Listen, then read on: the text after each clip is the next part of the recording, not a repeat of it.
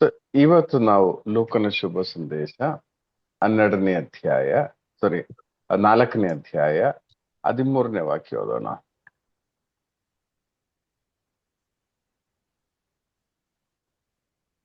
ಹೀಗೆ ಪಿಶಾಚಿ ಯೇಸುವನ್ನು ನಾನಾ ವಿಧದಲ್ಲಿ ಶೋಧಿಸಿದ ನಂತರ ತಕ್ಕ ಕಾಲ ಬರುವ ತನಕ ಅವರನ್ನು ಬಿಟ್ಟು ಹೋಯಿತು.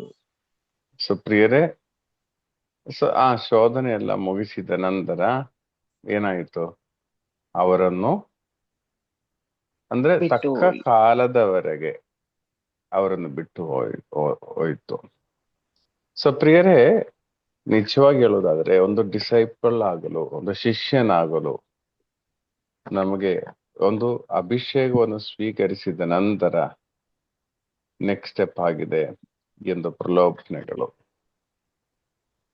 ಈ ಪ್ರಲೋಭನೆಗಳಲ್ಲಿ ಸೋತು ಹೋದ್ರೆ ಮುಗೀತು.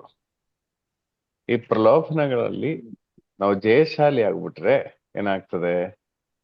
ಮತ್ತೆ ಸೈತಾನನಿಗೆ ಏನು ಮಾಡಕ್ ಆಗಲ್ಲ ಎಂಬ ಪರಿಸ್ಥಿತಿ ಆಗ್ತದೆ.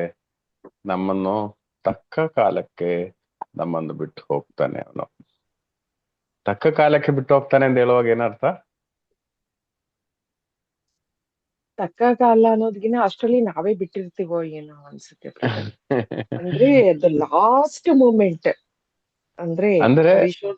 ಇನ್ನೊಂದು ಪ್ರಾಪರ್ ಟೈಮ್ಗಾಗಿ ಕಾಯ್ತಾ ಇರ್ತಾನೆ. ನೆಕ್ಸ್ಟ್ ಆಕ್ಚುಲಿ ಇದು ಮುಗಿಸಿ ಎಕ್ಸ್ಟ್ರೀಮ್ ಇವರ ಲೆವೆಲ್ ಜೀವನದಲ್ಲಿ ಅಂತಾರಲ್ಲ ಬ್ರದರ್, ಇವರ ಆ ಜೀವನದಲ್ಲಿ ರೀತಿ. ಅನೇಕ ಬಾರಿ ಉಂಟಾಗಿದೆ. ಆದ್ರೆ ಇದಾದ್ಮೇಲೆ ಒಂದು ಎಕ್ಸ್ಟ್ರೀಮ್ ಲೆವೆಲ್ ಅಂತ ಹೇಳುವಾಗ ಇನ್ ಬಿಟ್ವೀನ್ ಆಲ್ಸೋ, ಈಗ ನೋಡಿ ಪೇತ್ರ ಹೇಳಿದ್ರು, ನಿಮ್ಗೆ ಸಾವು ಮರಣದ ಬಗ್ಗೆ ಎಲ್ಲ ನೀವು ಯೋಚನೆ ಮಾಡ್ಬೇಡಿ ಅಂತ ಹೇಳುವಾಗ ಇಸ್ಲಾಂ ಹೇಳು ಸೈತಾನ್ನೇ ಬಿಟ್ಟು ತೊಲಗು ಅಂದ್ರೆ ಬರ್ತಾ ಇತ್ತು. ಆದ್ರೆ ಸ್ಟ್ರಾಂಗ್ ಆಗಿ ಬಂದಿರೋದು ಕೊನೆಯಲ್ಲಿ ಗೆತ್ಸೆಮನಿಯಲ್ಲಿ. ಓಕೆ, ಸೊ ತಕ್ಕ ಕಾಲಕ್ಕೆ ಈ ಈ ಒಂದು ಕಾರ್ಯ. ಸೊ ಪ್ರಿಯರೇ, ಎಲ್ಲಾ ಶಿಷ್ಯರು ಅರ್ಥ ಮಾಡಬೇಕಾದ ಒಂದು ಮುಖ್ಯ ವಿಷಯ, ಪ್ರಲೋಭನೆಗಳು ಈ ತರ ಇದ್ದೇ ಇರುತ್ತದೆ. ಆದ್ರೆ ದೇವರ ವಚನದಿಂದ ನಾವು ಈ ಪ್ರಲೋಭನೆಗಳು ಜಯಿಸ್ಬೇಕು. ಒಮ್ಮೆ ಬಿಟ್ಟು ಹೋಗಿದೆ ಅಂತ ಹೇಳಿ ಎಲ್ಲ ಕ್ಲಿಯರ್ ಆಯ್ತು, ನನ್ಗಿನ್ನು ಎಲ್ಲ ಇಷ್ಟ ಬಂದ ಹಾಗೆ ಜೀವಿಸ್ಬೋದು ಅಂತಲ್ಲ. ಎಚ್ಚರಿಕೆಯಿಂದ ಕ್ಷಣ ಕ್ಷಣದಲ್ಲೂ ಎಚ್ಚರಿಕೆಯಿಂದ ಜೀವಿಸಬೇಕು. ಇದು ಪ್ರಲೋಭನನ, ಇದು ಏನು ಎಂಬುದು ಕಂಡು ಹಿಡಿದು ಪ್ರತಿಯೊಂದು ಕ್ಷಣದಲ್ಲೂ ನಾವು ಕಂಡು ಹಿಡಿದು ನಾವು ಜೀವಿಸುವಾಗ ಈ ಒಂದು ಸೈತಾನನ ಶೋಧನೆಯನ್ನು ಶೋಧನೆಗಳಲ್ಲಿ ಜಯಶಾಲಿಗಳಾಗಿ ನಾವು ಮುಂದೆ ಸಾಗಲು ಸಾಧ್ಯ ಆಗ್ತದೆ. ಇದು ಪ್ರತಿಯೊಬ್ಬರ ಜೀವನದಲ್ಲೂ ಬರುತ್ತೆ. ನನ್ನ ಪ್ರಕಾರ ಮರಿಯನ್ ತಂಡದಲ್ಲಿರುವ ಎಲ್ಲರೂ ಈ ಒಂದು ಪ್ರಲೋಭನೆಗಳನ್ನ ಫೇಸ್ ಮಾಡಿ, ಕೆಲವೊಮ್ಮೆ ಸೋತು, ಕೆಲವೊಮ್ಮೆ ಜಯಿಸಿ ನಾವು ಇಲ್ಲಿವರೆಗೆ ಬಂದಿದ್ದೀವಿ. ಓಕೆ, ಸೊ ಇದಾದ್ಮೇಲೆ ಪ್ರಿಯರೇ 14ನೇ ವಾಕ್ಯ ಓದೋಣ. ಯೇಸು ಸ್ವಾಮಿ ಪವಿತ್ರಾತ್ಮ ಶಕ್ತಿಯಿಂದ ಕೂಡಿ ಗಲಿಲಯಕ್ಕೆ ಮರಳಿ ಬಂದರು. ಅವರ ಯೇಸು ವಿಷಯ ಸ್ವಾಮಿ ಸುತ್ತಮುತ್ತೆಲ್ಲ ಹರಡಿತು. ಪವಿತ್ರಾತ್ಮರ ಶಕ್ತಿಯಿಂದ ಕೂಡಿ ಎಲ್ಲಿಗೆ ಮರಳಿ ಬಂದರು? ಗಲೀಲಿಯಗೆ ಮರಳಿ ಗಲಿಲಿ ಬಂದರು. ಅದಾದ್ಮೇಲೆ ಅಲ್ಲಿನ ಪ್ರಾರ್ಥನಾ ಮಂದಿರಗಳಲ್ಲಿ ಅವರು ಬೋಧಿಸುತ್ತಾ ಬಂದರು. ಎಲ್ಲರೂ ಅವರನ್ನು ಹೊಗಳುವವರೇ. ನೋಡಿ, ಕೆಲವು ಬೈಬಲ್ ಪಂಡಿತರು ಹೇಳೋದೇನೆಂದ್ರೆ, ಇದು ಇಸ್ರಾಯೇಲ್ ನಾರ್ತ್ ಮತ್ತು ಸೌತ್ ಅಂತೇಳಿ 2 ಭಾಗ ಇದೆ. ಜೆರೂಸಲೇಮ್ ಒಂದು ಭಾಗದಲ್ಲಿ ಬರುತ್ತೆ, ಇನ್ನು ಈ ಗಲೀಲೆ ಎಲ್ಲ ಇನ್ನೊಂದು ಭಾಗದಲ್ಲಿ ಬರುತ್ತೆ ಅಂತ ಹೇಳಿ. ಸೊ ಜೋರ್ಡಾನ್ ನದಿಯಿಂದ ದೀಕ್ಷಾ ಸ್ನಾನವನ್ನು ಪಡೆದು ಮತ್ತೆ ಈ ಶೋಧನೆಗಳ ನಂತರ ಅಲ್ಲಿ ಜೂಡಯ ಪ್ರದೇಶ, ಅದು ಅಲ್ಲಿ 1 ವರ್ಷದ ಶುಶ್ರೂಷೆ ಆಗಿ ನಂತರ ಗಲೀಲಿಯ ಪ್ರಾಂತ್ಯಕ್ಕೆ ಬಂದರು ಎಂದು ಕೆಲವು ಪಂಡಿತರು ಹೇಳ್ತಾ ಇದ್ದಾರೆ. ಯಾಕಂದ್ರೆ ಅವನ ಆ ಒಂದು ಕೀರ್ತಿ ಎಲ್ಲಾ ಕಡೆನೂ ಹರಡುತ್ತಾ ಇತ್ತಲ್ಲ. ಅಂದ್ರೆ ಅಂದ್ರೆ ಈಗ ಲಾಸ್ಟ್ ಇಯರ್ ಮಿನಿಸ್ಟ್ರಿಯ ಬಗ್ಗೆ ಎಲ್ಲ ತುಂಬಾ ಇನ್ಫಾರ್ಮೇಶನ್ ಈ ಕಡೆ ಸಿಗ್ತಾ ಇತ್ತು. ಯೇಸು ಸ್ವಾಮಿ ಆಗಂದೆ, ಇವ್ರು ಹೀಗಂದೆ, ಈ ಕೀರ್ತಿ ಎಲ್ಲ ಹರಡಿತ್ತು. ಓಕೆ, ಅದು ಬಿಡಿ. ಈಗ ಯೇಸುಸ್ವಾಮಿಯ ಕೀರ್ತಿ ಹೇಗೆ ಹರಡಿರಬಹುದು? ಅವರೆಲ್ಲ ಪವಿತ್ರಾತ್ಮ ಶಕ್ತಿಯಿಂದ ಎಲ್ಲಾ ಕಾರ್ಯಗಳು ಮಾಡಿರ್ತಾರೆ. ಎಲ್ಲ ಕಾರ್ಯಗಳು ಮಾಡಿರ್ತಾರೆ ಅಂತ ಹೇಳುವಾಗ ಅವರ ಬೋಧನೆಯ ಮಹತ್ವನ ಬ್ರದರ್. ಹ್ಮ್ ಬೋಧನೆಗಳು ಈಗ ಹರ್ಷನ್ ಹೇಳಿದ ಪಾಯಿಂಟ್, ಅವರು ಪವಿತ್ರಾತ್ಮರ ಶಕ್ತಿಯಿಂದ ಎಲ್ಲಾ ಕಾರ್ಯಗಳು ಮಾಡಿದ್ರು ಎಂದು ಹೇಳುವಾಗ ಜೇಮ್ಸ್ ಬ್ರದರ್ ನಿಮ್ ಮನಸ್ಸಿಗೆ ಏನ್ ಬರುತ್ತೆ? ಪವಿತ್ರಾತ್ಮ ಕಾರ್ಯಗಳು ಅಂತ ಹೇಳಿದಾಗ ದೇವರ ವಚನಗಳಿರುತ್ತೆ, ರೋಗ ಸೌಖ್ಯ ಇರುತ್ತೆ, ಎಲ್ಲರನ್ನ ಪಾಪದ ಬಂಧನ ಬಿಡುಗಡೆ ಆಗಿರ್ತದೆ. ಓಕೆ. ಸೊ ಇತ್ತೀಚಿನ ಪ್ರಿಯರೇ, ದಿನಗಳಲ್ಲಿ ಆಗುವ ಘಟನೆಗಳನ್ನೇ ನಾವು ನೋಡ್ಬೋದು. ಹಾ ಈಗ ಪ್ರೆಸೆಂಟ್ ಆಗುವಂತದ್ದು ಹ್ಮ್ ಆ, ಎಲ್ಲಿ ರೋಗ ಸೌಖ್ಯ ಮತ್ತೆ ನಮಗೆ ಇಷ್ಟ ಆದಂತ ಯಾವುದು ನಮ್ಮ ಜೀವಿತಕ್ಕೆ ಮಿರಾಕಲ್ ಆಗಿ ನಡೆದು ಬರ್ತದೋ ಅದು ನಾವು ಅಲ್ಲೇ ಓಡ್ತೇವೆ, ಅಲ್ಲೇ ಹೋಗ್ತೇವೆ. ಎಕ್ಸಾಂಪಲ್ ಒಂದು ಮಾತೆ ಮರಿಯಮ್ಮನವರ ಸ್ಟ್ಯಾಚ್ಯೂ ಇಂದ ಕಣ್ಣೀರು ಬರುವುದಾದರೆ, ನೀರು ಹರಿತ ಬರುವುದಾದರೆ, ರಕ್ತ ಸುರಿತ ಬರುವುದಾದರೆ, ಯೇಸುವಿನ ಒಂದು ಪವಾಡಗಳು ನಡೀತಾ ಇರುವಾಗ ಯಾವ ರೀತಿಯಲ್ಲಿ ನಡೀತದೆ ಅದು ಒಂದು ದಿನ ಅಲ್ಲ, ಒಂದು ಗಂಟೆ ಒಳಗೆ ಅದು ಎಲ್ಲ ಇಡೀ ಇದು ಪ್ರಸಾರ ಆಗುತ್ತೆ. ಅಂದ್ರೆ ಓಕೆ ಓಕೆ. ಪ್ರಿಯರೇ, ನಿಜವಾಗಿ ನೀವು ಹೇಳಿರೋದೆಲ್ಲ ಕರೆಕ್ಟ್ ಇದೆ. ಆದ್ರೆ ನಮ್ಮ ಮೈಂಡ್ ಸೆಟ್ ಏನಂದ್ರೆ ತುಂಬಾ ಅದ್ಭುತಗಳು ಗುರುತುಗಳು ಕಾಣುವಾಗ ಪವಿತ್ರಾತ್ಮದ ಶಕ್ತಿ ಪ್ರಕಟ ಆಗ್ತಾ ಇದೆ ಅನ್ನೋ ಒಂದು ಭಾವನೆ ಇದೆ. ಆದ್ರೆ ಅರ್ಥ ಮಾಡಿ ಪ್ರಿಯರೇ, ನೀವು ಎಷ್ಟು ಪ್ರಾರಂಭದಲ್ಲಿ ಹೇಳಿದ ಹಾಗೆ ಒಂದು ವಚನ ಕೊಡಬೇಕಾದರೂ ಇದೇ ಪವಿತ್ರಾತ್ಮರ ಶಕ್ತಿ ಈ ವಚನದಲ್ಲಿ ಕ್ರಿಯೆ ಮಾಡಲೇಬೇಕು. Please the lord. ನೀವು ಅದ್ಭುತಗಳು ಗುರುತುಗಳಿಗೆ ಎಷ್ಟು ಪ್ರಾಮುಖ್ಯತೆ ಕೊಡ್ತಾ ಇದೀವೋ ಅದೇ ಪ್ರಾಮುಖ್ಯತೆ ಒಂದು ವಚನ ಕೊಡುವಾಗಲೂ ನಡೆಯಬೇಕು. ಇದು ನಾವು ಅನೇಕ ಬಾರಿ ವಚನಕ್ಕೆ ಆ ಒಂದು ಇಂಪಾರ್ಟೆನ್ಸ್ ಕೊಡ್ತಾ ಇಲ್ಲ. ಆದ್ರೆ ಸುಮ್ನೆ ನಾವು ಒಂದು ವಚನ ಕೊಡುವುದು ಸುಮ್ನೆ ಅಂದಲ್ಲ, 10 ಮಿನಿಟ್ಸ್ ಆಗಲಿ ಝೂಮ್ ಅಲ್ಲಿ ಆಗಲಿ ಒಂದು ವಚನವನ್ನು ಕೊಡ್ಬೇಕಾದ್ರೆ ಪ್ರಿಯರೇ, ನಮಗೆ ಬೇಕು ಪವಿತ್ರಾತ್ಮರ ಶಕ್ತಿ. ನೀವೇ ನೋಡಿ, ಬೈಬಲ್ ಅಲ್ಲಿ ಒಂದು 70 to 80% ಪ್ರಬೋಧನೆಗಳೇ ಇರುವುದು. ಬಾಕಿ ಉಳಿದ ಒಂದು 10 to 20%, 20 to 25% ಮಿರಕಲ್ಸ್ ಇರುವುದು. ಸೊ ಪ್ರಬೋಧನೆಗಳಿಗೆ ಅಷ್ಟೊಂದು ಪ್ರಾಮುಖ್ಯತೆ ಕೊಡ್ತಾ ಇದೆ. ನೀವು ನೋಡಿ, ಮಾರ್ಕನ ಶುಭ ಸಂದೇಶದಲ್ಲಿ 1:14 ಓದುವಾಗ,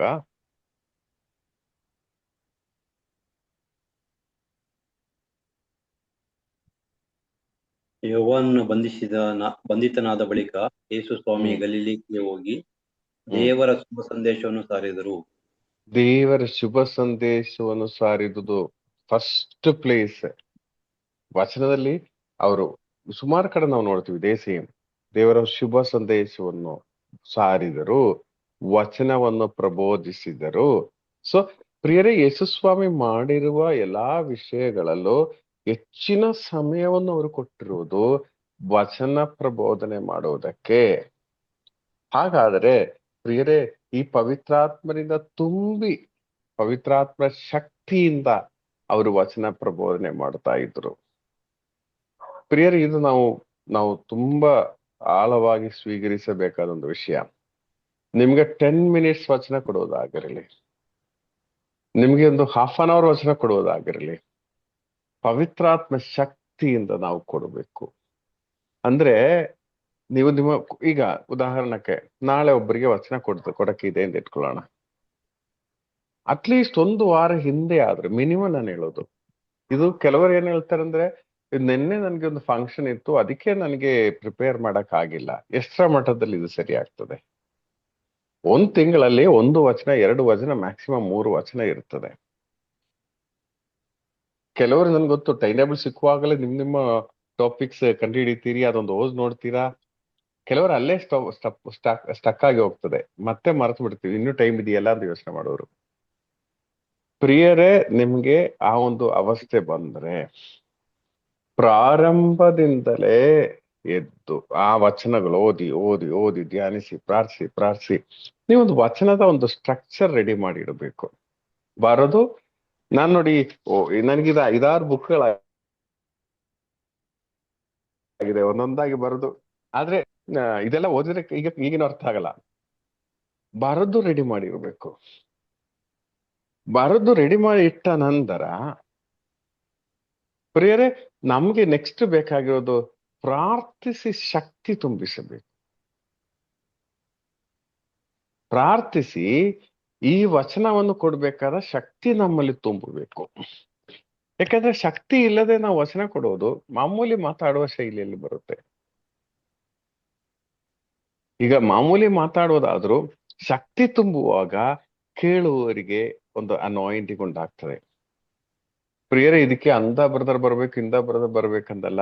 ಯಾರೇ ಆದ್ರು, XYZ ಯಾರೇ ಆದ್ರು, ಪ್ರಾರಂಭದಲ್ಲಿ ಕೊಡುವ ವಚನ ಆದ್ರು, ಅದು ತುಂಬಾ ಎಕ್ಸ್ಪೀರಿಯನ್ಸ್ ಆಗಿ ನಂತರ ಕೊಡುವ ವಚನ ಆದ್ರು, ಪ್ರಿಯರೇ, ನಾವು ಬರೆದಿಡುವ ವಚನ ನಂತರ ಈ ವಚನವನ್ನು ಕೊಡುವ ಆತ್ಮಶಕ್ತಿಗಾಗಿರುವ ನಮ್ಮ ಪ್ರಾರ್ಥನೆ, ನನ್ನ ಪ್ರಕಾರ ಹಿಂದಿನ ಒಂದ್ 2-3 ದಿನ ಪ್ರಾರ್ಥನೆಗಾಗಿ ನಾವು ಸಮಯ ಕೊಡ್ಬೇಕು. ನಾಳೆ ನನ್ಗೆ ವಚನ ಇದ್ರೆ ಒಂದು 3-4 ದಿನಗಳಿಂದನೇ ನಾವು ವಚನ ರೆಡಿ ಮಾಡಿ ಇಟ್ಟಿದೀವಿ. ಈ ವಚನ ರೆಡಿ ಮಾಡಿ ಇಟ್ಟು ಕೊಟ್ರೆ ಏನ್ ಪ್ರಯೋಜನ ಆಗ್ಬೇಕಂತಿಲ್ಲ. ಈ ವಚನ ರೆಡಿ ಮಾಡಿ ಇಟ್ಟಿರೋದು ನಾವು ವಚನದಲ್ಲಿ ಸ್ವಾಮಿ ಅಭಿಷೇಕ ತುಂಬಬೇಕು, ಅಭಿಷೇಕ ತುಂಬಬೇಕು. ನನ್ ಕೊಡುವಾಗ ಅಭಿಷೇಕ ಇಳಿಯಬೇಕು. ಈ ಒಂದು ಅಭಿಷೇಕ ಇಲ್ಲದೆ, ಆತ್ಮಶಕ್ತಿ ಇಲ್ಲದೆ ಇದ್ರೆ ನೀವೇನ್ ಕೊಟ್ಟರು ಪ್ರಯೋಜನ ಆಗಲ್ಲ. ಅದು ಚೆನ್ನಾಗಿರ್ತದೆ, ಸೂಪರ್ ಆಗಿರ್ತದೆ, ಕೇಳಕ್ಕೆ ತುಂಬಾ ಟೈಮ್ ಪಾಸ್ ತರ ಆಗ್ತದೆ, ನಮ್ಗೆ ಏನ್ ಪ್ರಯೋಜನ ಆಗಲ್ಲ.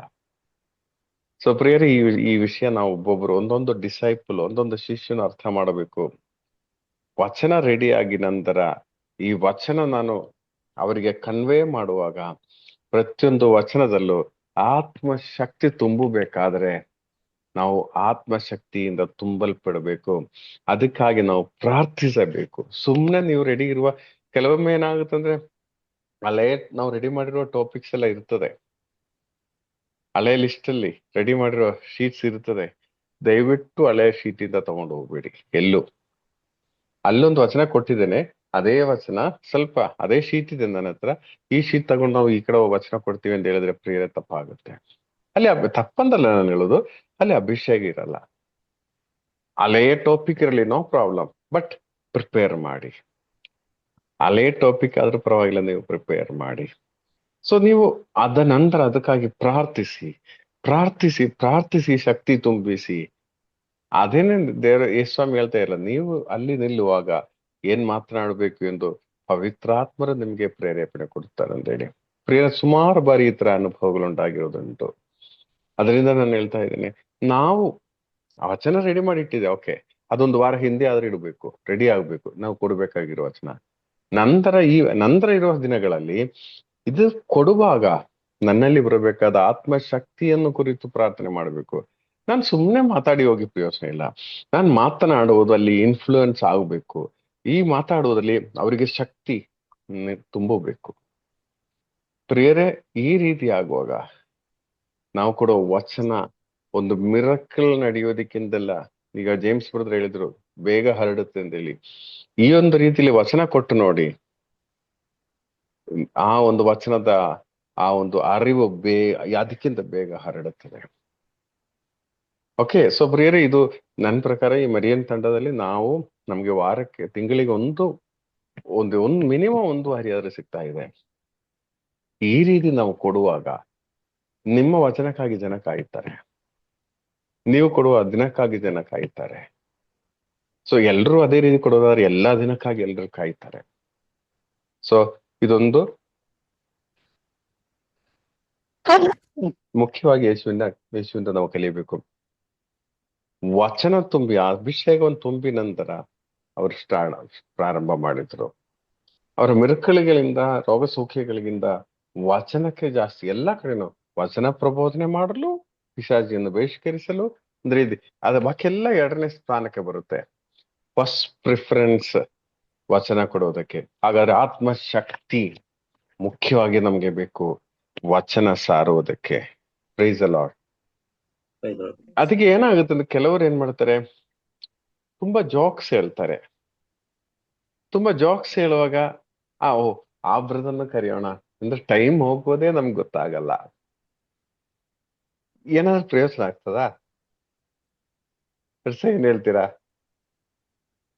ಅದೇ ಆಗಿದೆ ಬ್ರದರ್. ಅಂದ್ರೆ ಅದು ಬೇಕಪ್ ಇದು ತರ ಅಂತೆ, ಹಿಂಗೆ ಕೇಳ್ತಾ ಇರ್ತಾರಂತೆ. ಅದು ಸ್ವಲ್ಪ ಹಿಂಗೆ ಜೋಕ್ಸ್ ಇದೆಲ್ಲ ಹೇಳಿದ್ರೆ ಹಿಂಗೆ ರಿಫ್ರೆಶ್ ಆಗ್ತಾರಂತ ಅದು ಏನಂತಾನೆ ಅದು ಪದದ ಅರ್ಥನೇ ಗೊತ್ತಿಲ್ಲ. ಹಾ. ಎಲ್ಲಿ ಬಂದು ಆ- ಯಾರು ರಿಫ್ರೆಶ್ ಆಗೋದು? ಪ್ರಿಯರೇ, ಇದು ಕೆಲವೊಮ್ಮೆ ನಮ್ಮ ಸರ್ಕಲ್ ಅಲ್ಲಿ ಅವ್ರು ಬಂದ್ರೆ ಜನ ಸೇರ್ತಾರೆ. ಏ ಇನ್ನು ಜನ ಕಡಿಮೆ ಆಗುವ ಸಾಧ್ಯತೆ ಇದೆ. ಜೊತೆಗೆ ಸೈಡ್ ಆಗಿ ತುಂಬಾ ಫೇಮಸ್ ಆಗಿರುವ ಒಂದು ಪ್ರೈಸ್ ಅಂಡ್ ವರ್ಷಿಪ್ ಲೀಡ್ ಮಾಡುವಂದ್ರನ್ನು ಕರೆಯೋಣ. ಹಾಗಾದ್ರೆ ಇದು ಕಡಿಮೆ ಇದ್ರೆ ಅದು ಬ್ಯಾಲೆನ್ಸ್ ಮಾಡೋ. ಇಂತಹ ಟ್ಯಾಕ್ಟಿಕ್ಸ್ ಯಾವುದು ನಮಗೆ ಬೇಡ. ನಮ್ಗೆ ಏನಂದ್ರೆ ಸಿಂಪಲ್ ಆಗಿ ವಚನ ಕೊಡೋರಿರ್ಲಿ, ಆತ್ಮಶಕ್ತಿಯಿಂದ ಕೊಡೋರಿದ್ರೆ ಸಾಕು. ಜೋಕ್ಸ್ನ ಅಗತ್ಯನೂ ಇಲ್ಲ. ಓಕೆ, ತುಂಬಾ ಫೇಮಸ್ ಆಗಿರೋ ಪ್ರೈಸ್ ಅಂಡ್ ವರ್ಷಿಪ್ ಬರ್ಬೇಕನ್ನೂ ಇಲ್ಲ. ಪ್ರಾರ್ಥಿಸಿ ಮಾಡುವ, ಅಭಿಷೇಕದಿಂದ ಆತ್ಮಶಕ್ತಿಯಿಂದ ಮಾಡುವ ಒಂದು ಅರ್ಧ ಗಂಟೆಯ ವಚನ, ಅದೇ ನಿಮ್ ಮನಸ್ಸಿನಲ್ಲಿ ತುಂಬಿರುತ್ತದೆ. ಮರೆಯಲ್ಲ ನೀವು. ವಾಕ್ಯ ಎಲ್ಲ ಕೇಳಕ್ಕೆಲ್ಲ ಚೆನ್ನಾಗಿರುತ್ತದೆ. ಓಕೆ, ಸೊ ಈ ವಿಷಯಗಳು ನಾವು ಕ್ಲಿಯರ್ ಆಗಿರ್ಬೇಕು. ನಮ್ಗೆ ಜೋಕ್ಸ್ ಎಲ್ಲ ಬೇಕಾಗಿರೋದು, ನಮ್ಗೆ ಕಿರ್ಚಾಡುವವರೆಲ್ಲ ಬೇಕಾಗಿರೋದು, ಸಿಂಪಲ್ ಆಗಿ ಶಾಂತವಾಗಿ ವಚನ ಕೊಡುವವರು ಸಾಕು. ಕೆಲವರು ಭಯಂಕರ ಶಕ್ತಿ, ಮೈಕ್ಗಿಂತ ಸೌಂಡ್ ಆಗಿ ಮಾತಾಡುವಾಗಲೇ ಓಹ್ ಇವತ್ತೇನೋ ನಡೆಯುತ್ತದೆ ಅಂತೆಲ್ಲ ನಮ್ಗೆ ಚಿಂತೆ ಬರುತ್ತೆ. ಏನೂ ನಡೆಯಲ್ಲ. ಸಿಂಪಲ್ ಆಗಿ ಮಾತಾಡಿದ್ರೆ ಸಾಕು.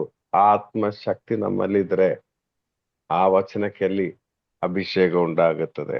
Price the lord. ಸೊ ಪ್ರಿಯರೇ, ಮುಂದುವರಿಸಿ ಓದಿ. ಅಲ್ಲಿನ ಪ್ರಾರ್ಥನಾ ಮಂದಿರಗಳಲ್ಲಿ ಅವರು ಬೋಧಿಸುತ್ತಾ ಬಂದರು, ಎಲ್ಲರೂ ಅವರನ್ನು ಹೊಗಳುವವರೇ. ನೋಡಿ, ಅಲ್ಲಿನ ಪ್ರಾರ್ಥನಾ ಮಂದಿರದಲ್ಲಿ ಅರ್ಥ ಮಾಡಿ, ಪವಿತ್ರಾತ್ಮರ ಅಭಿಷೇಕವನ್ನು ಪಡೆದ ನಂತರ ಅವರಿಗೆ ಸುಮ್ಮನೆ ಕೂರಕ್ಕಾಗಿಲ್ಲ. ಪ್ರಿಯರೇ, ಪವಿತ್ರಾತ್ಮ ಅಭಿಷೇಕವನ್ನು ಪಡೆದ ನಂತರ ನಮಗೂ ಈ ರೀತಿ ಸುಮ್ಮನೆ ಕೂರಕ್ಕಾಗಲ್ಲ. ನಿಜ ಹೇಳ್ತೀನಿ, ಸುಮ್ಮನೆ ಕೂರೋರಾದ್ರೆ ನಾವು ಪವಿತ್ರಾತ್ಮ ಅಭಿಷೇಕವನ್ನು ಪಡೆಯಲಿಲ್ಲ ಅಂದ್ರೆ. ಯೇಸು ಸ್ವಾಮಿ ನೋಡಿ 30 ವರ್ಷ ಸುಮ್ಮನೆ ಮನೆಯಲ್ಲೇ ಜವಾಬ್ದಾರಿಯೆಲ್ಲ ತಗೊಂಡು ನಿಂತರು. ಅದಾದ್ಮೇಲೆ ಮನೆ ಜವಾಬ್ದಾರಿ ಮಾಡಿಲ್ಲ ಅಂತಲ್ಲ, ಆದ್ರೆ ವಚನ ಪ್ರಬೋಧನಕ್ಕಾಗಿ ಅವರು ಹೆಜ್ಜೆ ಹಾಕಿದ್ರು. ಆ ವಚನ ಪ್ರಬೋಧನೆ ಮಾಡುವಾಗ ಏನಾಗಿದೆ, ಎಲ್ಲರೂ ಅವರನ್ನು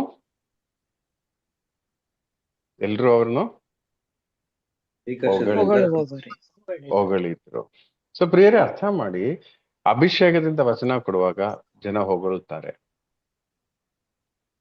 ಆಯ್ತಾ? ಆದ್ರೆ ಈ ಹೊಗಳಿಕೆ ಏನು ಕೆಲವರಿಗೆ ಈ ಹೊಗಳಿಕೆ ತಲೆಗೆ ಹೋಗ್ಬಾರ್ದು. ಅದೊಂದೇ. ಕೆಲವೊಮ್ಮೆ ಈ ಹೊಗಳುವುದು ಕೆಲವೊಮ್ಮೆ ಸೈತಾನ ಪ್ರಲೋಭನೆಗೆ ಒಂದು ಇದಾಗುತ್ತದೆ. 2 ಸತಿ ಹೊಗಳಿ 3ನೇ ಸತಿ ಹೊಗಳದೇ ಇರುವಾಗ ಅವರಿಗೆ ಡಿಪ್ರೆಷನ್ ಆಗಿ ಹೋಗುವ ಸಾಧ್ಯತೆನೂ ಇದೆ.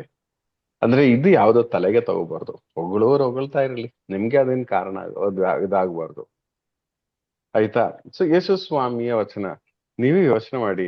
ಯೇಸು ಸ್ವಾಮಿಯನ್ನು ಹೊಗಳಿದ್ರು ಅಂತ ಹೇಳುವಾಗ ಅವ್ರು ಯಾರು? ಅವರೇ ವಚನ. ಈ ಲೋಕ ಸೃಷ್ಟಿಕರ್ತರು.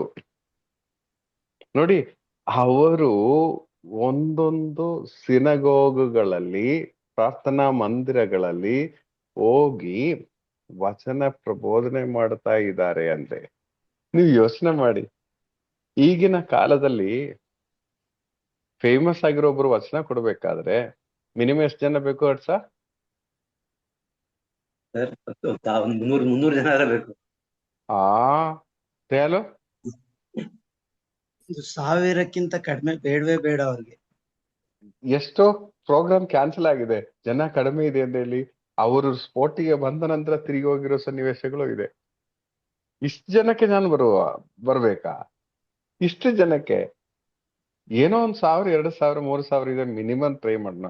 ಇನ್ನು ಕೆಲವರು ಥ್ರೂ ಔಟ್ 3 ದಿನ ಧ್ಯಾನಕ್ಕೂ ಕಂಪ್ಲೇಂಟ್ಸ್ ಹೇಳ್ತಾನೆ ಇರ್ತಾರೆ.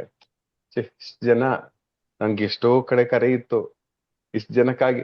ಪ್ರಿಯರೇ, ಯೇಸು ಸ್ವಾಮಿ ಒಬ್ಬರಿಗಾಗಿ ಸುಮಾರು 20 ಮೈಲ್ ನಡೆದಿದ್ದಾರೆ, ಸಮಾರಿತ ಮಹಿಳೆಗಾಗಿ, ಒಬ್ಬರಿಗಾಗಿ. ಓಕೆ, ಸೊ ಇಲ್ಲಿ ನೋಡಿ, ಯೇಸು ಸ್ವಾಮಿ ವಚನವಾಗಿರುವ ದೇವರಾದ್ರು. ಒಂದು ಪ್ರಾರ್ಥನಾ ಮಂದಿರ ಅಂದ್ರೆ ಮಿನಿಮಮ್ 10 ಜನ, 10 ಪುರುಷರಿದ್ರೆ ಸಾಕು ಅಂತೆ ಹೇಳ್ತಾ ಇದೆ. ಅಂದ್ರೆ ಅವರು ವಚನ ಕೊಟ್ಟ ಕಡೆ ಎಲ್ಲ ಎಷ್ಟೆಷ್ಟು ಜನ ಇದ್ದಿರ್ತಾರೆ, ಒಂದು 10, 15, 20 ಜನ ಇದ್ದಿರ್ತಾರೆ.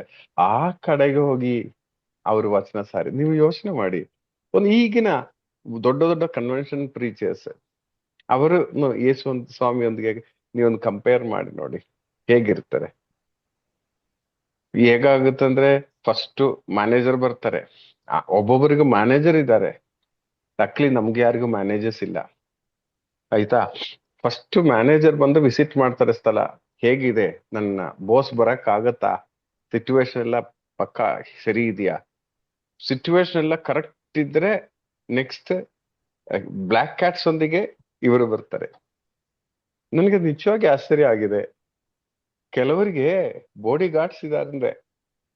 ದೇವರ ವಚನ ಕೊಡಕ್ಕೆ ಹೋಗುವವರಿಗೆ ಬಾಡಿ ಗಾರ್ಡ್ಸ್, ಅವರ ಪ್ರೊಟೆಕ್ಷನ್ಗೆ.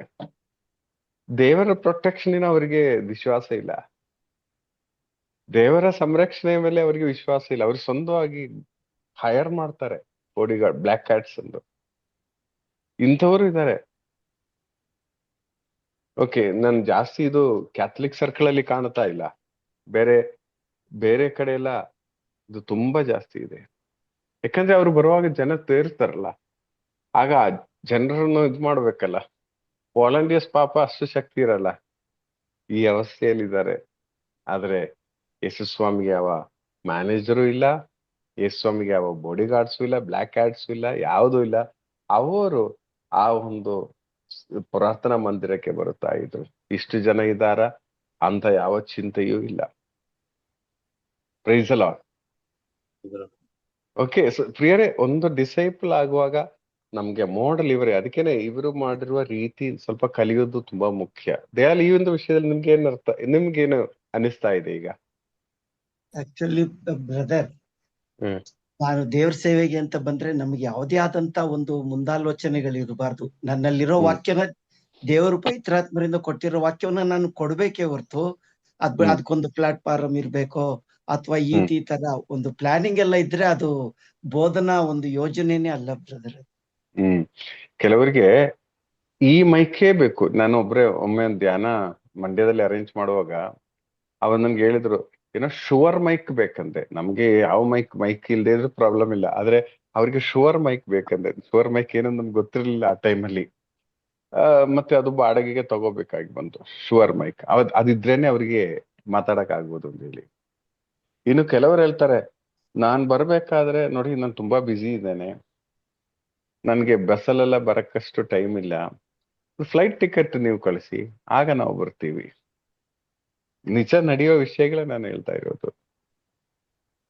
ಪ್ರಿಯರೇ, ಯೇಸುಸ್ವಾಮಿ ಅಂತಹ ಯಾವ ಒಂದು ಇದು ಇರ್ಲಿಲ್ಲ, ನಮ್ಗೆ ಇರಬಾರದು ಅದೆಲ್ಲ. ಅಥವಾ ನಾನು ಫ್ಲೈಟ್ ಅಲ್ಲಿ ಇಳಿದ ನಂತರ ಈ ಕಾರಲ್ಲೇ ನನ್ನ ಕರ್ಕೊಂಡು ಹೋಗ್ಬೇಕು ಅಂತ ಹೇಳುವವರು ಇದ್ದಾರೆ.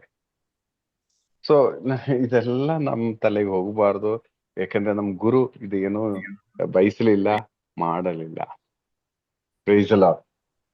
ಓಕೆ, ಸೊ ಅವರು ಪವಿತ್ರಾತ್ಮರಿಂದ ತುಂಬಿದ ನಂತರ 15ನೇ ವಾಕ್ಯದಲ್ಲಿ ಪ್ರಾರ್ಥನಾ ಮಂದಿರಗಳಲ್ಲಿ ಅವರು ಬೋಧಿಸುತ್ತಾ ಬಂದರು, ಎಲ್ಲರೂ ಅವರನ್ನು ಹೊಗಳುವವರೇ. ಇದು ಇನ್ನೊಂದು ವಿಷಯ ಇದೆ. ಅಭಿಷೇಕದಿಂದ ಮಾತನಾಡಲು ಪ್ರಾರಂಭಿಸುವಾಗ ಈ ಹೊಗಳಿಕೆ ಬರುತ್ತೆ. ಆದ್ರೆ ಆ ಹೊಗಳಿಕೆಗೆ ಫಾಲೋ ಅಪ್ ಆಗಿ ಏನ್ ಬರುತ್ತೆ? ಶೋಧನೆ ಹಂಗೆ ಬರುತ್ತೆ. ಹೊಗಳಿಕೆ ಬರುವಾಗ ತುಂಬಾ ಕೇರ್ಫುಲ್ ಆಗಿರ್ಬೇಕು. ಫಾಲೋಡ್ ಬೈ ನೆಕ್ಸ್ಟ್ ಸ್ಟೇಜ್ ಆಗಿ ಬರೋದು ತೆಗಳಿಕೆ ಆಗಿರುತ್ತದೆ. ತುಂಬಾ ಕೇರ್ಫುಲ್ ಆಗಿ. ಸ್ವಾಮಿಗೂ ತಪ್ಪಿದ್ದಲ್ಲ ಈ ವಿಷಯದಲ್ಲಿ. ಓಕೆ, ಯಾಕಂದ್ರೆ ನಾವು ಈಗ ನೋಡ್ಬೋದು, ಈಗ ಅವರು ಫಸ್ಟ್ ಇಲ್ಲಿ ನೆಕ್ಸ್ಟ್ ಪ್ರಬೋಧನೆ ಮಾಡಿ ನಂತರ ಜನರು ಕಲ್ಲೆಸೀತಾ ಇದ್ದಾರೆ. ಹೊಗಳಿದವರು ಒಂದ್ ಸೈಡ್ ಅಲ್ಲಿ, ಕಲ್ಲೆಸಿಯವರು ಇನ್ನೊಂದ್ ಸೈಡ್ ಅಲ್ಲಿ. ಓಕೆ, ಅದಾಯ್ತು. 16ನೇ ವಾಕ್ಯಕ್ಕೆ ಬರೋಣ. ಇದೆಲ್ಲ ಪ್ರಿಯರೇ, ನಾನು ಯಾಕೆ ಹೇಳ್ತೇವೆ, ಒಂದು ಡಿಸೈಪಲ್ ಆಗಿರುವಾಗ, ಯೇಸುಸ್ವಾಮಿ ನಮಗೆ ಮಾಡೆಲ್ ಆಗಿರುವಾಗ, ಅವರ ಆ ಒಂದು ಮಾದರಿಯನ್ನು ನಾವು ಫಾಲೋ ಮಾಡದೆ ಒಂದು ನಾನು ಶಿಷ್ಯನು ಎಂದು ಹೇಳೋ ಪ್ರಯೋಜನ ಆಗಲ್ಲ. ಓಕೆ, 16ನೇ ವಾಕ್ಯಕ್ಕೆ ಬನ್ನಿ. ಯೇಸುಸ್ವಾಮಿ ತಾವು ಬೆಳೆದ ಊರಾದ ನಜರೇತಿಗೆ ಬಂದರು. ವಾಡಿಕೆಯ ಪ್ರಕಾರ ಸಬ್ಬದಿನ ಪ್ರಾರ್ಥನಾ ಮಂದಿರಕ್ಕೆ ಹೋದರು. ಅಲ್ಲಿ ಪವಿತ್ರ ಇಲ್ಲಿ 2 ಪಾಯಿಂಟ್ ಇದೆ. ತನ್ನ ಊರಾದ ನಜರೇತಿಗೆ ಬಂದರು. ಪ್ರಿಯರೇ, ನಜರೇತ್ ಅಂತ ಹೇಳಿ ಏನೂ ಅಲ್ಲಿ ಫೇಮಸ್ ಆದ ಒಂದು ಸ್ಥಳ ಅಲ್ಲ. ಹಳೆ ಒಡಂಬಡಿಕೆಯಲ್ಲಿ ನೀವು ಪೂರ್ತಿ ಓದಿದ್ರೆ ಎಲ್ಲೂ ನಸರೇತನ್ನು ನೀವು ನೋಡಲ್ಲ. ನೋಡಿ, ಯೇಸು ಸ್ವಾಮಿ ಗೋದರಿಯಲ್ಲಿ ಹುಟ್ಟಿದೆ ನಾವು ಹೇಳ್ತೀವಿ, ಆದ್ರೆ ಅವರು ಹುಟ್ಟಿರುವ ಆ ಊರು, ಅವರು ಬೆಳೆದು ಬಂದಿರುವ ಊರು ನಜರೇತ್ ಎಲ್ಲೂ ಫೇಮಸ್ ಆದ ಊರಲ್ಲ. ಯಾವುದೋ ಒಂದು ತುಂಬಾ ಫೇಮಸ್ ಆಗಿರುವಂತ, ಫೇಮಸ್ಸೇ ಅಲ್ಲದೆ ಇರುವ ಒಂದು ಸ್ಥಳ, ಫೇಮಸ್ ಇಲ್ಲದೆ ಇರುವ ಸ್ಥಳದಲ್ಲಾದರೂ ಯೇಸು ಏನ್ ಮಾಡ್ತಾ ಇದ್ದಾರೆ? ವಾಡಿಗೆಯ ಪ್ರಕಾರ ಎಲ್ಲಿಗೆ ಹೋಗ್ತಾ ಇದ್ದಾರೆ? ಪ್ರಾರ್ಥನಾ ಮಂದಿರಕ್ಕೆ. ತನ್ನ ಸ್ವಂತ ಪ್ರಾರ್ಥನಾ ಮಂದಿರಕ್ಕೆ ಹೋಗ್ತಾ ಇದ್ದಾರೆ. ಈಗ ಮೈಸೂರಲ್ಲೆಲ್ಲ ನೋಡೋದಾದ್ರೆ, ಈಗ ನಾವು ಗಾಯತ್ರಿಪುರಂ ಇರಬಹುದು, ಸಾರ್ಥಗಳಿರಬಹುದು, ಅಥವಾ ಯಾವುದೇ ಚರ್ಚ್ ಇರಬಹುದು, ಎಲ್ರಿಗೂ ನೀವೆಲ್ಲಿ ಪೂಜೆಗೆ ಹೋಗಿದ್ದೀರಾ? ನಾನು ಕಥೀಡ್ರಲಿಗೆ ಹೋಗಿದ್ದೇನೆ. ಅಂದ್ರೆ ಅವರವರ ವಿಚಾರಣೆಗೆ ಹೋಗುವುದು ಕೆಲವೊಮ್ಮೆ ನಮ್ ಟೈಮ್ ಅಡ್ಜಸ್ಟ್ಮೆಂಟ್ ಎಲ್ಲ ಆದ್ರೆ ಓಕೆ. ಈ ಟೈಮಲ್ಲಿ ಕಥೀಡ್ರಲ್ ಆದ್ರೆ ಬೆಳಿಗ್ಗೆ 5 ಗಂಟೆಗೆ ಪೂಜೆ ಇದೆ, 6 ಗಂಟೆಗೆ ಪೂಜೆ ಇದೆ, ಆತರ ಆದ್ರೆ ಓಕೆ. ಬಟ್ ಕೆಲವರಿಗೆ ಸ್ವಂತ ವಿಚಾರಣೆಗೆ ಹೋಗೋದು ಅಷ್ಟು ಇಂಟ್ರೆಸ್ಟ್ ಇಲ್ಲ. ಪ್ರಿಯರೇ, ನಾವು ನಮ್ಮ ಸ್ವಂತ ವಿಚಾರಣೆಗೆ ನಾವು ಬಲಿ ಪೂಜೆಗೆ ಹೋಗ್ಬೇಕು. ಸ್ವಾಮಿ ಮಾಡಿದ್ದಾರೆ ವಾಡಿಗೆಯ ಪ್ರಕಾರ. ಬೇರೆ ಹೋಗೋದು ತಪ್ಪು ನಾನು ಹೇಳ್ತಾ ಇಲ್ಲ, ಅದು ನಮ್ಮ ಸ್ವಂತ ವಿಚಾರಣೆಯಲ್ಲಿ ನಾವು ಬಲಿ ಪೂಜೆಯಲ್ಲಿ ಪಾಲ್ಗೊಳ್ಳೋದು ತುಂಬಾ ಮುಖ್ಯವಾದ ಒಂದು ವಿಷಯ. ಯಾಕಂದ್ರೆ ನಮ್ ಗುರು ಆ ರೀತಿ ತೋರಿಸ್ತಾ ಇದ್ದಾರೆ. ಹೇಗೆ? ವಾಡಿಗೆಯ ಪ್ರಕಾರ. ವಾಡಿಗೆಯ ಪ್ರಕಾರ ಅಂದ್ರೆ ಅದ್ರಲ್ಲಿ ಆ ಟರ್ಮ್ ಹೇಗೆ ವಾಡಿಗೆಯ ಪ್ರಕಾರ ಅಂತ ಹೇಳುವಾಗ ಏನ್ ಹೇಳ್ತೀರಾ? ರೆಗ್ಯುಲರ್ ಆಗಿ ರೆಗ್ಯುಲರ್ ಆಗಿಲ್ಲ, ಇಲ್ಲಿ ಹೋಗ್ತಾ ಇರತ್ತಾರ. ನೋಡಿ, ಯೇಸು ಸ್ವಾಮಿ ಯಾರು? ಈ ಜಗತ್ತೆಲ್ಲ ಸೃಷ್ಟಿಸಿದವರು. ಡೈಲಿ ಅವರು ಬಲಿ ಪೂಜೆಗೆ ಹೋಗ್ತಾ ಇದ್ರು. ಡೈಲಿ ಅವರು ಬಲಿ ಪೂಜೆಗೆ ಹೋಗ್ತಾ ಇದ್ರು ವಾಡಿಗೆ ಪ್ರಕಾರ. ಅವರು ಮಾಡುವ ವಿಷಯಗಳಿದೆ. ವಾಡಿಗೆ ಪ್ರಕಾರ ಅವರು ಪ್ರಾರ್ಥನೆಗೆ ಹೋಗ್ತಾ ಇದ್ರು. ಅಂದ್ರೆ ಹೇಳುವಾಗ ಅರ್ಥ ಏನು? ಮುಂಚಾಣೆ ಎದ್ದು ಪ್ರಾರ್ಥನೆಗೆ ಹೋಗ್ತಾ ಇದ್ರು.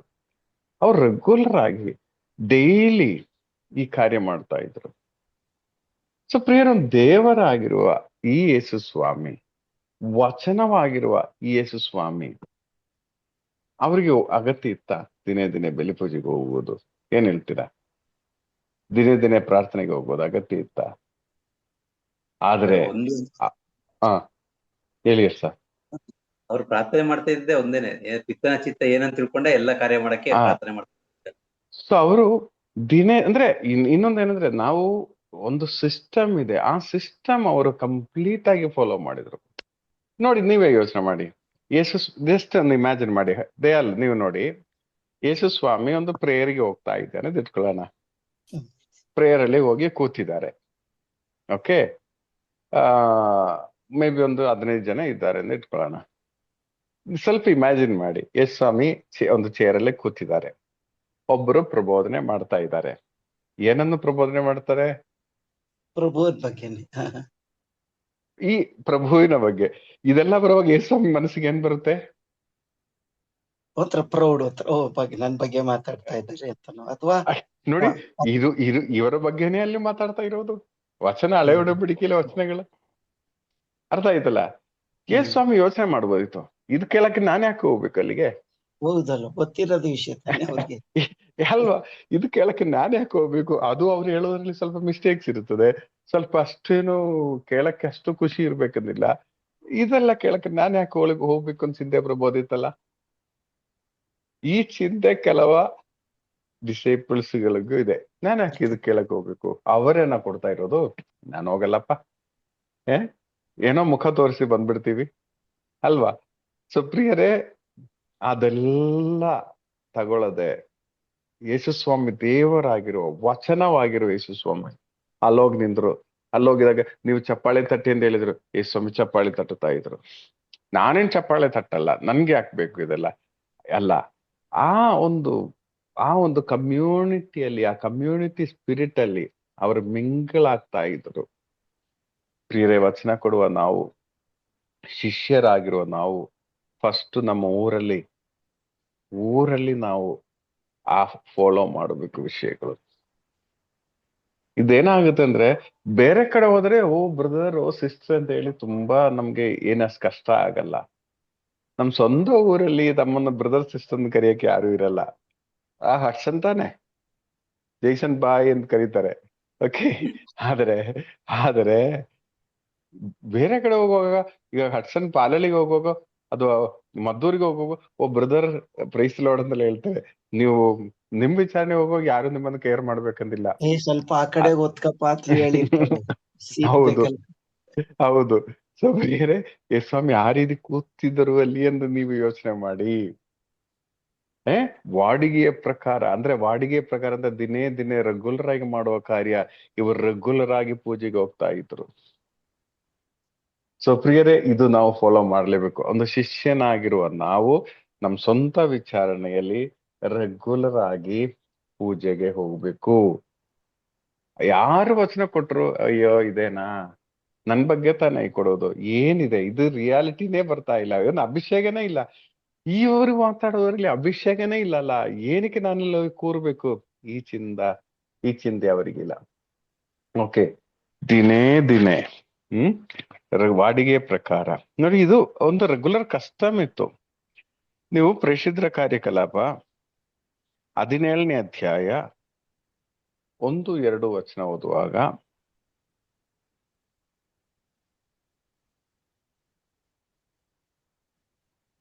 ಪೌಲ ಮತ್ತು ಸೀಲ ಅಂಫಿಪೋಲಿ ಹಾಗೂ ಅಪೋಲೋನಿಯ ಮಾರ್ಗವಾಗಿ ಪ್ರಯಾಣ ಮಾಡಿ ಥೆಸಲೋನಿಕಕ್ಕೆ ಬಂದರು. ಅಲ್ಲಿ ಯೆಹೂದ್ಯರ ಪ್ರಾರ್ಥನಾ ಮಂದಿರ ಹೊಂದಿತ್ತು. ಪೌಲನ ವಾಡಿಕೆ ಪ್ರಕಾರ ಪ್ರಾರ್ಥನಾ ಮಂದಿರಕ್ಕೆ ಹೋದನು. ನೋಡಿ, ಪೌಲನು ಇದೇ ಒಂದು ಪ್ರಾಕ್ಟೀಸ್ ಇತ್ತು. ವಾಡಿಕೆಯ ಪ್ರಕಾರ ಪೌಲನು ಸಹ ಏನ್ ಮಾಡ್ತಾ ಇದ್ರು? ಪ್ರಾರ್ಥನಾ ಮಂದಿರ ದೇವಾಲಯ ವಾಡಿಗೆ ಪ್ರಕಾರ ಪ್ರಾರ್ಥನಾ ಮಂದಿರಕ್ಕೆ ಹೋಗ್ತಾ ಇದ್ದರು. ಸೊ ಆ ಪ್ರಾರ್ಥನಾ ಮಂದಿರದ ಒಂದು ಕಸ್ಟಮ್ ಆಗಿದೆ. ಸೊ ಪೌಲನು ವಾಡಿಗೆ ಪ್ರಕಾರ ಪ್ರಾರ್ಥನಾ ಮಂದಿರಕ್ಕೆ ಹೋಗ್ತಾ ಇದ್ರು. ಸೊ ಪ್ರಿಯರೇ, ಒಂದು ನಿಜ ಶಿಷ್ಯನಾದ ಪೌಲನು ಈ ಕಾರ್ಯ ಮಾಡ್ತಾ ಇದ್ರು. ನಾವು ಮಾಡ್ತಾ ಇದೀವ? ಓಕೆ. ಸೊ ಇದು ಮಾಡಲೇಬೇಕು. ನಾವು ನಮ್ಮ ವಿಚಾರಣೆಯಲ್ಲಿ ಆದಷ್ಟು ರೆಗ್ಯುಲರ್ ವೀಕ್ಲಿ ಸಂಡೇ ಮಾಸಿಗೆ ನಾವು ನಮ್ಮ ವಿಚಾರಣೆಯಲ್ಲಿ ಆದಷ್ಟು ಪಾಲ್ಗೊಳ್ಳಲೇಬೇಕು. ಯಾಕಂದ್ರೆ ಯೇಸ್ವಾಮಿ ನಮ್ಗೆ ತೋರಿಸಿ, ಅಫ್ಕೋರ್ಸ್ ಈಗ ನಿಮ್ಗೆ ಇನ್ನೊಂದು ಕಡೆ ಧ್ಯಾನಕ್ಕೆ ಕರೆದ್ರೆ ನೀವು ಹೋಗ್ಬೇಕು, ಬೇಡ ಅಂತ ಹೇಳಲ್ಲ. ಯೇಸ್ವಾಮಿ ಅಂದ್ರೆ ಇನ್ನು ಮುಂದೆ ಸ್ವಲ್ಪ ಬೇರೆ ಬೇರೆ ಕಡೆ ಎಕ್ಸ್ಪ್ಲೋರ್ ಆಗ್ತಾ ಇದ್ದಾರೆ. ಓಕೆ. ಇನ್ನು ಅದ ನಂತರ ಏನಂದ್ರೆ ಅಲ್ಲಿ ನಾನು ಹೇಳಿದ್ದೇನೆ 10, 15, 20 ಜನ ಇರಬಹುದು ಒಂದು ಪ್ರಾರ್ಥನಾ ಮಂದಿರದಲ್ಲಿ. ಸೊ ಅಲ್ಲಿ ಸಿನಗೋಗ್ ಅಧಿಕಾರಿ ಒಬ್ಬರು ಇರ್ತಾರೆ. ಸಿನಗೋಗ್ ಅಧಿಕಾರಿ ಈ 20 ಜನರಲ್ಲಿ ಒಬ್ಬರನ್ನು ವಚನ ಓದಕ್ಕೆ ಕರೀತಾರೆ. ನೀವು ಯೋಚನೆ ಮಾಡಿ, ಈಗ ತುಂಬಾ ಫೇಮಸ್ ಆಗಿರೋ ವ್ಯಕ್ತಿಗೆ ನೀವು ವಚನ ಓದಿ ಅಂತ ಹೇಳುವಾಗ ಏನಾಗ್ತದೆ?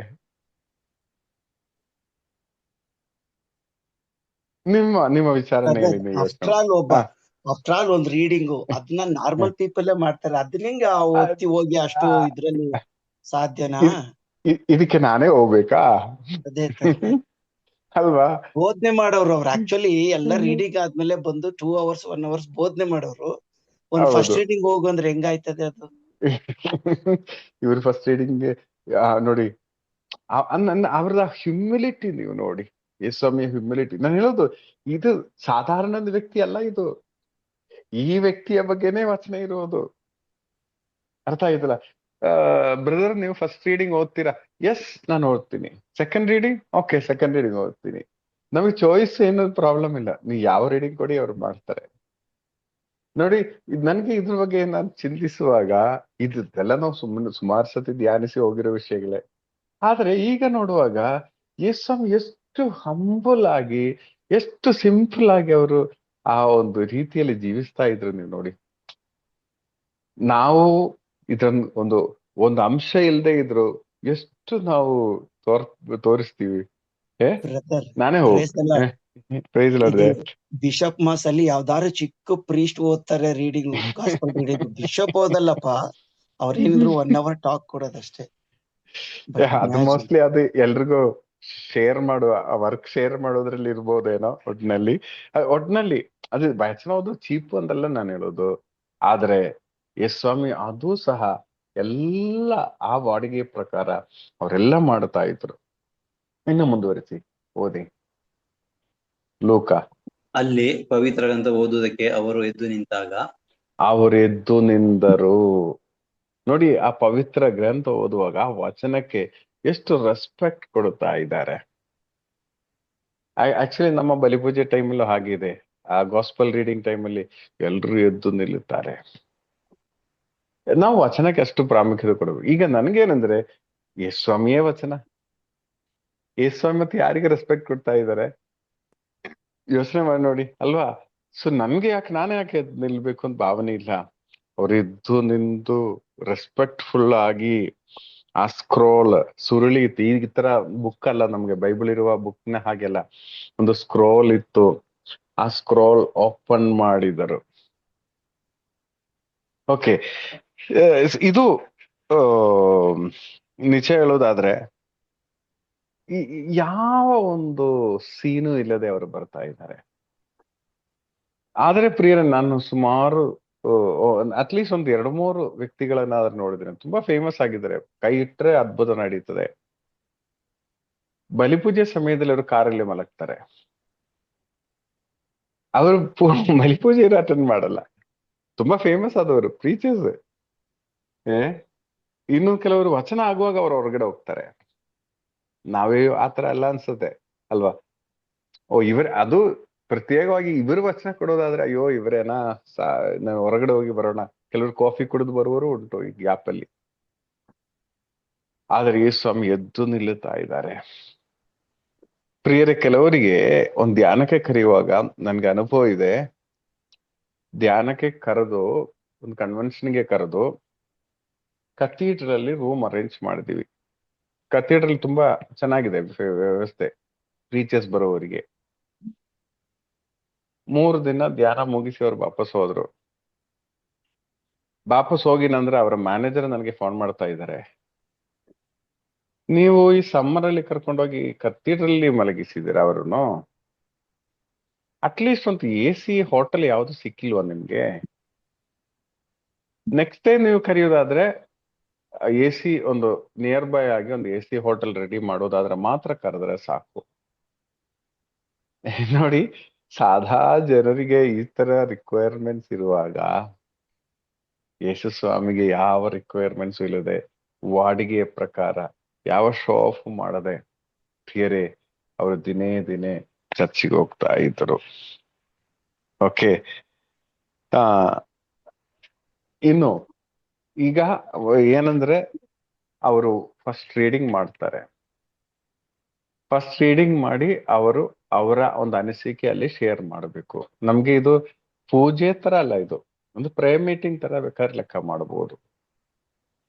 ಓಕೆ, ಅನಿಸಿಕೆ ಪ್ರೇಯರ್ ಮೀಟಿಂಗು ಅಲ್ಲ, ಆ ಜೂಯಿಶ್ ಕಸ್ಟಮ್ ಅಲ್ಲಿರುವ ಒಂದು ಪ್ರಾರ್ಥನೆ, ಮೇ ಬಿ ವಾರಕ್ಕೆ ಒಮ್ಮೆ ಇರೋ ಪ್ರಾರ್ಥನೆ ಇರ್ಬೋದು ಏನೋ. ಅಲ್ಲಿ ಅವರು ಇದು ಸಾಬತ್ ಅಂದ್ರೆ ಸಾಟರ್ಡೆ, ಫ್ರೈಡೆ ಈವ್ನಿಂಗ್ ಇಂದ ಸಾಟರ್ಡೆ ಈವ್ನಿಂಗ್ ವರೆಗೆ. ನಮ್ಗೆ ಸಾಬತ್ತು ಸಾಟರ್ಡೆ ಈವ್ನಿಂಗ್ ಇಂದ ಸಂಡೇ ಈವ್ನಿಂಗ್ ವರೆಗೆ. ಓಕೆ, ಸೊ ಈ ಒಂದು ಪ್ರಾಕ್ಟೀಸ್ ಇತ್ತು. ಅಂದ್ರೆ ಒಬ್ರು ವಚನ ಓದ್ಬೇಕು, ಇನ್ನೊಬ್ರು ಅದನ್ನ ಅಥವಾ ಅವರೇನೆ ಅದು ಎಕ್ಸ್ಪ್ಲೈನ್ ಮಾಡಬೇಕು. ಸೊ ಪ್ರಿಯರೇ, ನಾವು ಸೇಮ್ ನಾವು ಪರಿಸರ ಕಾರ್ಯಕಲಾಪಗಳಲ್ಲಿ ನೋಡ್ತೀವಿ. 13-15 ಓದಿ.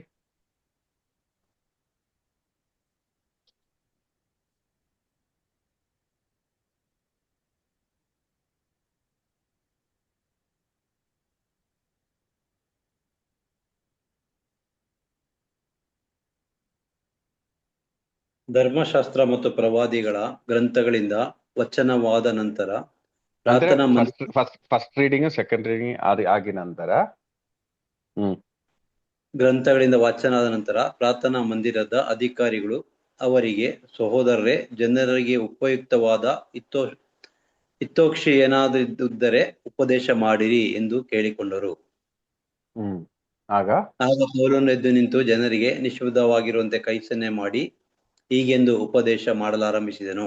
ಸೊ ಈಗ ನಿಮ್ಗೆ ಆಲ್ಮೋಸ್ಟ್ ಆ ಪ್ರಾಕ್ಟೀಸ್ ಗೊತ್ತಾಗಿದೆ ಅನ್ಸುತ್ತೆ. ಫಸ್ಟ್ ರೀಡಿಂಗ್ ಓದ್ತಾರೆ, 5 ನೋಡಿ ಪಂಚಗ್ರಂಥಗಳಿಂದ ಆದಿಕಾಂಡದಲ್ಲಿರುವ 5 ಬುಕ್ಗಳಿಂದ ಮೇ ಬಿ ಓದ್ತಾರೆ. ಅದಾದ್ಮೇಲೆ ಪ್ರಾಫಿಟಿಕ್ ಬುಕ್ಗಳಿಂದ, ಪ್ರವಾದನೆಯ ಬುಕ್ಗಳಿಂದ ಓದ್ತಾರೆ.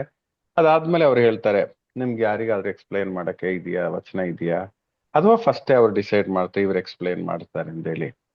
ಈಗ ಪೌಲನೆದ್ದು ಒಂದು ವಚನ ಕೊಡ್ತಾ ಇದ್ರೆ ಬೇರೆ ಅದೇ ರೀತಿಯಲ್ಲಿ ಯೇಸು ಸ್ವಾಮಿ ವಚನವನ್ನು ಓದಿ ರೆಸ್ಪೆಕ್ಟ್ಫುಲ್ ಆಗಿ ಅದು ಫೋಲ್ಡ್ ಮಾಡಿ ಇಟ್ಟು ಬೇರೆ ಅವರು ವಚನ ಶೇರ್ ಮಾಡ್ತಾ ಇದ್ದಾರೆ.